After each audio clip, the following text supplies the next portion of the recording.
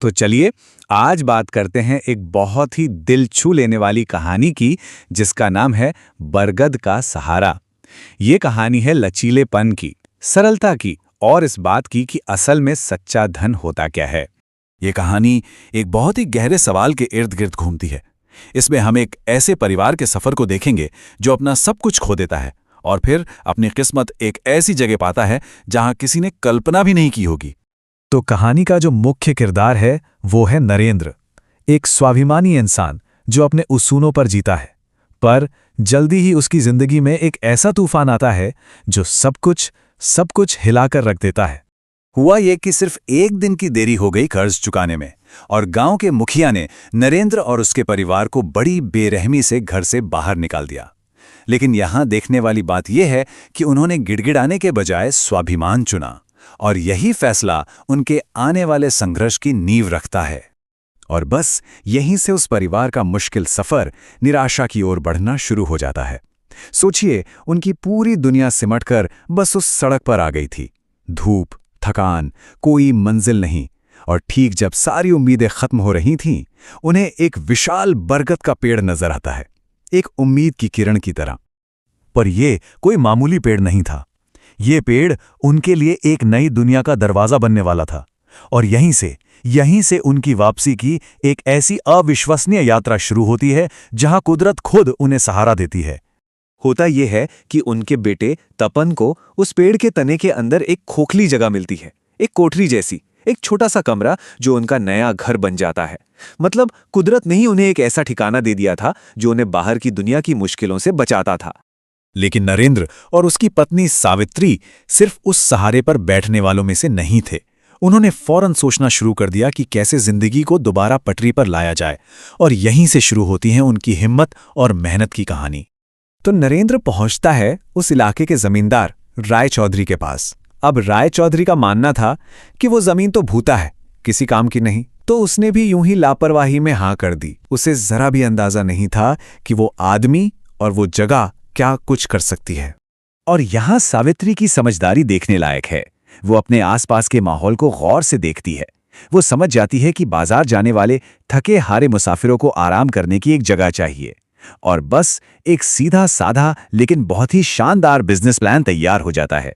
एक ऐसा प्लान जो उनकी किस्मत बदलने वाला था। और उनका वो छोटा सा होटल, जिसे हम ढाबा कह सकते हैं, चल पड़ता है। और ऐसा चलता है कि पहले महीने में तो कुछ ही ग्राहक थे, लेकिन 3 महीने के अंदर अंदर वहां अच्छी खासी भीड़ जुटने लगी। और 6 महीने होते होते तो काम इतना बढ़ गया कि उन्हें 2 लोगों को मदद के लिए रखना पड़ा। पर जैसा कि अक्सर होता है, सफलता अपने साथ जलन और ईर्ष्या भी लेकर आती है। और उनकी ये तरक्की जल्द ही कुछ गलत लोगों की नजरों में खटकने लगती है। वही जमींदार राय चौधरी और गांव का ही एक आदमी रघु वो नरेंद्र की इस कामयाबी को देखकर खुश नहीं होते, बल्कि उनकी नजर इस पर होती है कि इसे कैसे छीना जाए। रघु जाकर चौधरी के कान भरता है। वो उसके मन में लालच का बीज बोता है। वो चौधरी को उकसाता है कि देखो, एक बाहर का आदमी हमारे गांव में आके इतना कमा रहा है। और उसे मना लेता है कि वो जमीन वापस ले ले और नरेंद्र के बनाए इस कारोबार पर कब्जा कर ले। और फिर वही होता है जिसका डर था। राय चौधरी नरेंद्र के सामने जाकर उसे साफ साफ धमकी देता है, ये जगह और ये कारोबार खाली कर दो, वरना अंजाम भुगतने के लिए तैयार रहो।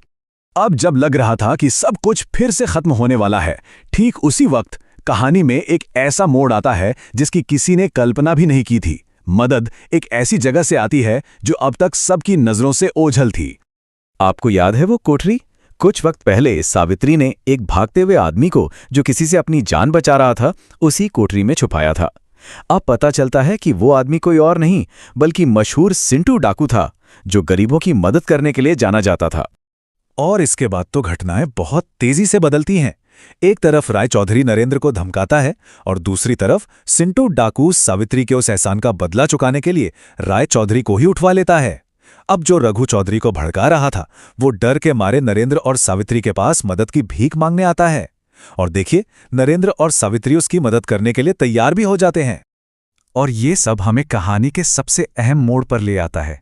एक ऐसा मोड़ जो बदले के बारे में नहीं है, बल्कि इंसानियत की ताकत के बारे में है कि इंसानियत कैसे किसी को भी बदल सकती है। जब नरेंद्र और सावित्री सिंटू के अड्डे पर पहुंचते हैं तो वो चौधरी के लिए सजा नहीं मांगते, बल्कि वो उसकी रिहाई की बात करते हैं, ये कहते हुए कि उसे अपनी गलती का एहसास हो गया है। अब सोचिए, जिस आदमी ने उन्हें बर्बाद करने की कोशिश की, उसी के सामने वो उसकी तरफदारी कर रहे थे। ये देखकर चौधरी अंदर तक हिल जाता है। और यहाँ चौधरी का दिल सच में बदल जाता है। वो डर की वजह से नहीं, बल्कि सच्चे पछतावे के साथ नरेंद्र के पैरों में गिर पड़ता है और मानता है कि असली दौलत पैसा नहीं, बल्कि इंसानियत है। इंसानियत, यही एक शब्द इस पूरी कहानी का सार है। असली खजाना, वो अमृत जिसे नरेंद्र और सावित्री ने न सिर्फ पाया बल्कि अपने पूरे समाज में बांटा। तो आखिर में ये कहानी हमारे सामने एक सवाल छोड़ जाती है, जिसे कथावाचक ने बहुत खूबसूरती से बताया है कि असल में बड़ी ताकत कौन सी है, लालच का जोर या फिर माफ कर देने की हिम्मत। और आखिर में यही सीख मिलती है कि जो दूसरों का घर उजाड़ते हैं वो कभी खुश नहीं रह सकते। परोपकार यानी दूसरों की भलाई करना और क्षमा यानी माफ कर देना, यही इंसान के सबसे बड़े गुण हैं। सच्ची दौलत कुछ लेने में नहीं बल्कि देने में है।